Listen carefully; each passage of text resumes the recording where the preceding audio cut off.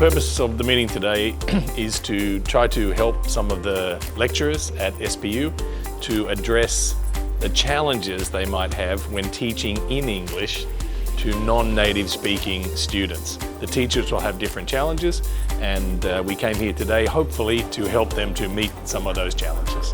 I mean, the courses here are taught in English, and I think it's obviously a very valuable language to know to engage in international business and relations. So I hope students understand that and do their very best to improve their skills.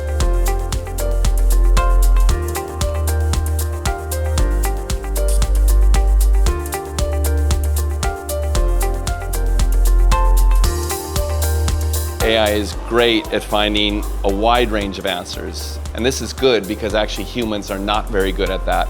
So AI is good at things that humans are not very good at, and one of them is finding lots and lots of different answers. Or, as I just said in the workshop, coming up with lots of different questions. And if we use AI that way, we learn a lot more, and then that makes us more valuable.